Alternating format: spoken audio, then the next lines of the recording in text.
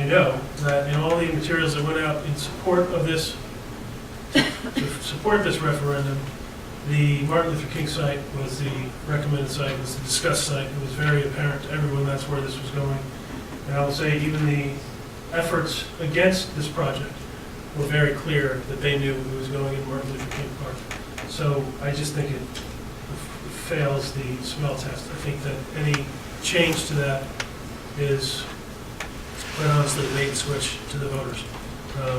I don't feel comfortable at all even discussing that we would possibly look to a different location after the process. We had a unanimous recommendation come from the task force. We had a unanimous vote at the city commission, and this went out to the voters as is. If you don't like it, I appreciate that. I've said all along that I understand.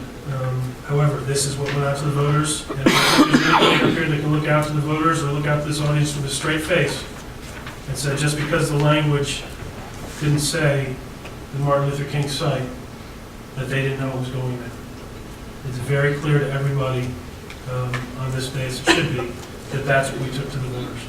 So as far as being fiscally responsible, Commissioner, I appreciate that perspective. That was something that they looked at, and I think that was part of the reason that this site became the recommended site.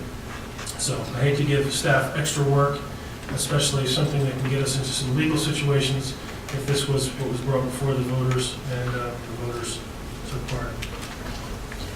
I actually, before we did the referendum, I tried to get the language on the ballot to very clearly specify Martin Luther King Park, and this commission would not support that.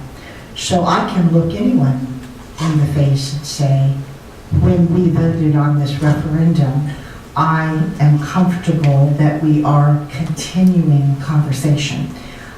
In fact, I think it wasn't, not only would the commission not support the location, the commission was very clear that the design was not agreed upon.